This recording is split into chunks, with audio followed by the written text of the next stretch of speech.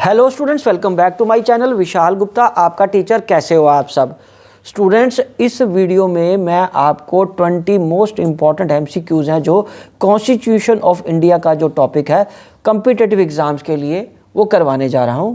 तो students start करते हैं क्वेश्चन नंबर 1 को। बच्चों, क्वेश्चन नंबर 1 स्टार्ट करने से पहले मैं एक बार आपको याद दिला देना चाहता हूं कि यदि अभी तक आपने मेरे चैनल को सब्सक्राइब नहीं किया हुआ तो मेरे चैनल को सब्सक्राइब ज़रूर कर लीजिए। ठीक है जी, चलिए बात करते हैं क्वेश्चन नंबर 1 की। To elect the president of India which one of the following election procedure is used? System of A option है system of proportional representation by means of the single transferable vote. दूसरा B option secondary voting system. C option proportional representation through list system and D collective voting system. तो correct जो option है वो ए है। Right जी, चलिए अब हम आगे बढ़ते हैं क्वेश्चन नंबर 2 की तरफ। For elections to the Lok Sabha a nomination paper can be filled by A. Any citizen of India, B. Any citizen of India whose name appears in the electoral roll of a constituency, C. Anyone residing in India, and D. A resident of the constituency from which the election to be contested. तो correct option क्या बच्चों? B is the correct option. ठीक है, चलो next question बात करते हैं third की। The election commission holds election for. Election commission किन के लिए इलेक्शन करता है conduct?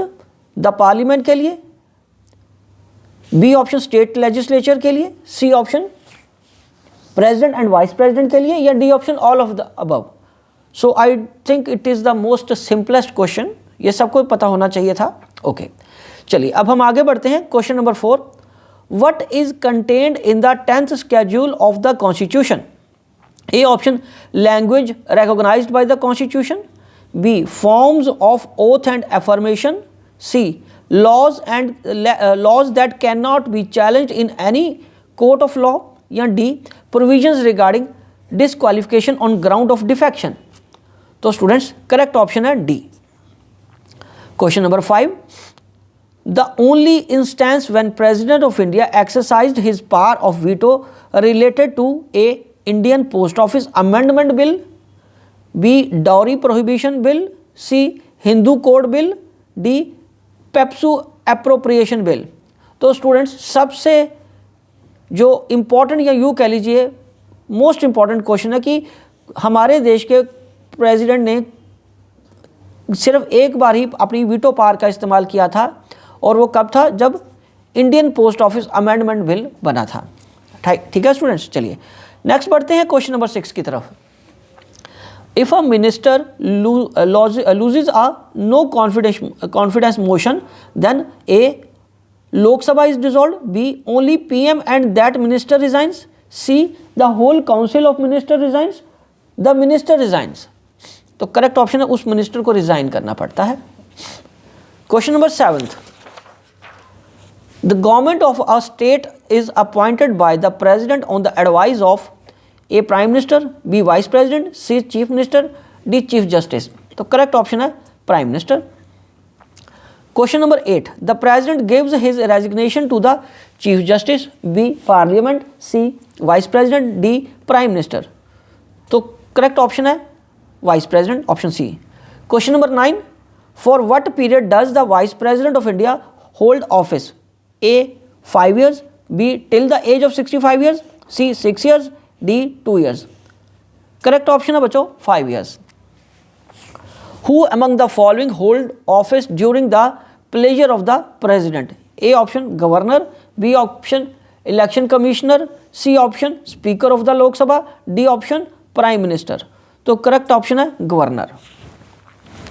Question number 11। Which of the following is not true regarding the payment of emoluments of the president? They can be reduced during a financial emergency. They are shown separately in the budget. C option, they are charged on the contingency fund of India. They do not require any parliament sanction. तो इनमें से ये true नहीं है।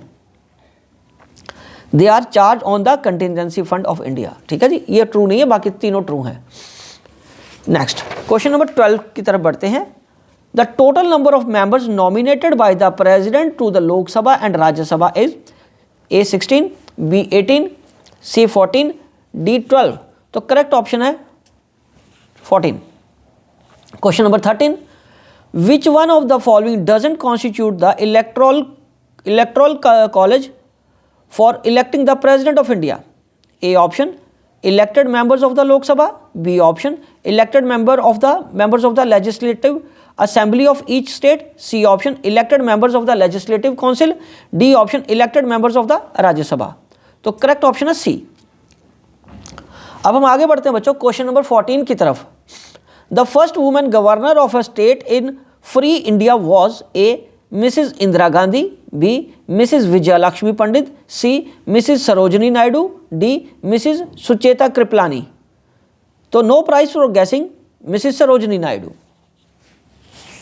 Question number 15, minimum age required to contest for the presidentship is A 23 years, B 21 years, C option 35 years and D option 30 years.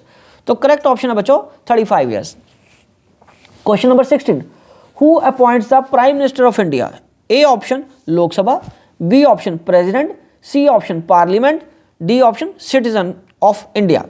तो correct option है बच्चों president of India. अब हम आगे बढ़ते हैं क्वेश्चन नंबर 17 की तरफ।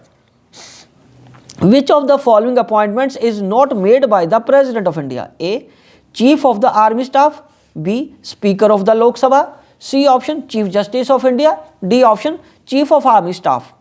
तो करेक्ट ऑप्शन है स्पीकर ऑफ द लोकसभा। चलिए आगे बढ़ते हैं क्वेश्चन नंबर 18 की तरफ। क्वेश्चन नंबर 18 है, in case a president dies while in office, vice president can act as president for a maximum period of A 1 year, B 3 months, C 6 months, D 2 years। तो correct option है 6 months। अब हम आगे बढ़ते हैं बच्चों question number 19 की तरफ। The union council of ministers consist of A cabinet minister, B ministers for state and deputy ministers, B cabinet ministers and chief ministers of the state, C prime ministers and D cabinet ministers. तो correct option है A. ठीक है students, चलिए अब हम आगे बढ़ते हैं last but not the least of this video. Question number 20th, who among the following enjoys the rank of a cabinet minister of an Indian Union? A deputy chairman Rajya Sabha, B deputy chairman of the planning commission, C secretary of the government of India, D none of the above, D B option deputy chairman of the planning commission। तो students इसी के साथ ये 20 questions complete होते हैं। I hope ये आपको अच्छे से समझ आ गए होंगे। आप इसको देख के अपने नोट्स को अपडेट कर लीजिए और उसके बावजूद भी अगर आपकी कोई क्वेरी है तो आप अपनी क्वेरी मेरे को कमेंट बॉक्स में सेंड करिए, मैं उसका सूटेबल रिप्लाई ज़रूर दूंगा। Wishing you good luck.